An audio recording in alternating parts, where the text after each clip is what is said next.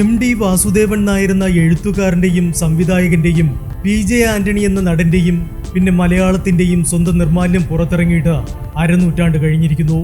മാത്രമല്ല തന്റെ ഉപാസന കൊണ്ട് സ്വന്തം കുടുംബത്തിന്റെ പട്ടിണി മാറിയില്ല എന്ന് തിരിച്ചറിഞ്ഞ് സ്വന്തം തിരുനെറ്റിയിൽ ആഞ്ഞുവെട്ടി ദേവിക്ക് മുന്നിൽ ഒരു ഉപാസകൻ പിടഞ്ഞു വീണ് മരിച്ചിട്ടും 50 വർഷം പിന്നിട്ടിരിക്കുന്നു.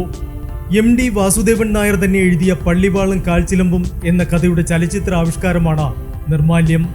ഒരു ഗ്രാമത്തിലെ ദേവീക്ഷേത്രവും അവിടുത്തെ ശാന്തിക്കാരനും വെളിച്ചപ്പാടും കഴകക്കാരനും അവരുടെ ജീവിതവുമെല്ലാമാണ് നിർമാല്യത്തിലൂടെ എം.ടി. ആവിഷ്കരിച്ചത്. കൊടിയ ദാരിദ്ര്യത്തിലും അനുഷ്ഠാനങ്ങളെ മുറുകെ പിടിച്ച വെളിച്ചപ്പാടാണ് ഈ കഥയിലെ നായകൻ.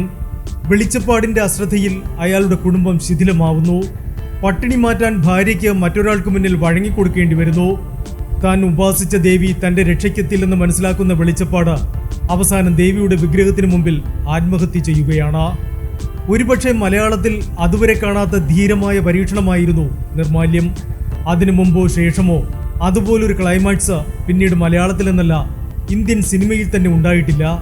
താൻ പറയാൻ ഉദ്ദേശിച്ചതെന്തോ അത് ഒട്ടും മറയില്ലാതെ പ്രേക്ഷകന് മുന്നിൽ കാണിക്കുകയായിരുന്നു എം.ടി. വാസുദേവൻ നായർ എന്ന എഴുത്തുകാരനും സംവിധായകനും. 1973 നവംബർ 23 നിർമാല്യം തിയേറ്ററുകളിലെത്തിയത്. എം.ടി. വാസുദേവൻ നായരുടെ ആദ്യ സംവിധാന സംരംഭമായിരുന്നു ചിത്രം. നോവൽ ഫിലിംസിന്റെ ബാനറിൽ എം.ടി. തന്നെയായിരുന്നു നിർമ്മാണവും. നടൻ സുകുമാരന്റെ ആദ്യ ചിത്രം, രവി മേനോന്റെ രണ്ടാമത്തെ ചിത്രം എന്നീ പ്രത്യേകതകൾ കൂടി നിർമാല്യത്തിനുണ്ട്. സുമിത്രയായിരുന്നു നായിക.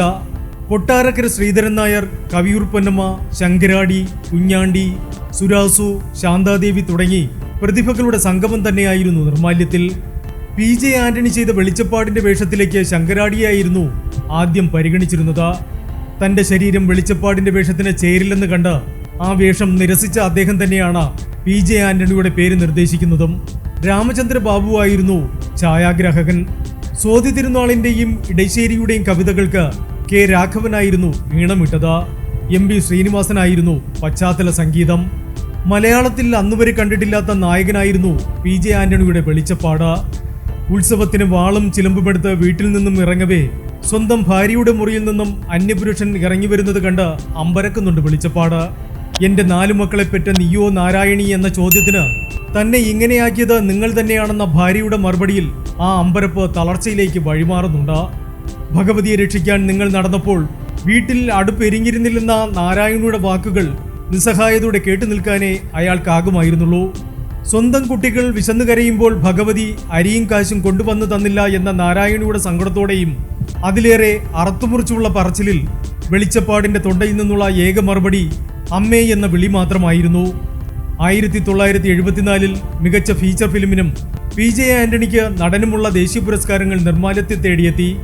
അതേ വർഷം മികച്ച ചിത്രം, നടൻ, എഡിറ്റർ, തിരക്കഥ എന്നിവയ്ക്കുള്ള സംസ്ഥാന ചലച്ചിത്ര പുരസ്കാരങ്ങളും നിർമാല്യം സ്വന്തമാക്കി.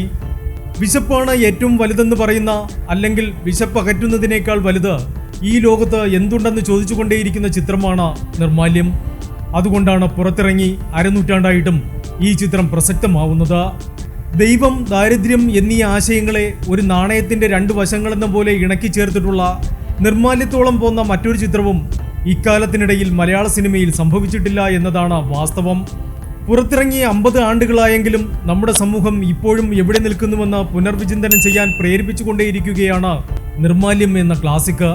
Entertainment desk, movie max.